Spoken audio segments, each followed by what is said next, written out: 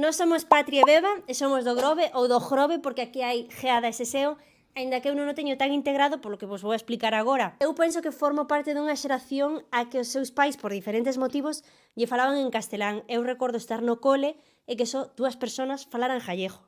E isto seguiu sendo así moitos anos máis. Penso que non fun realmente consciente do problema ata que cheguei á universidade, que comecei a relacionarme con outra xente e intentei integralo pouco a pouco no meu día a día.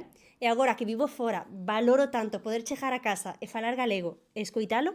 Eu falino toda a vida e gustaríame que a nova generación que o seguira falando da maneira que sexa. Nós temos que recoñecer que algunha que outra palabra malsonante repetímola moito na casa. Pero outras expresións que forman parte do noso día a día, eu penso que son malo será, non vai a ser o demo. Eche ben certo, Eche filla. ben certo. Eche ben, A min gústame cando me di miña miniña. Si che ben. Pero sempre que me preguntan pola miña palabra favorita, eu digo derradeiro ou derradeira, porque me parece moi contundente, moito máis ca último ou última. E ti que dirías? Eu diría unha pantalleira, pois que é unha palabra típica do Grove.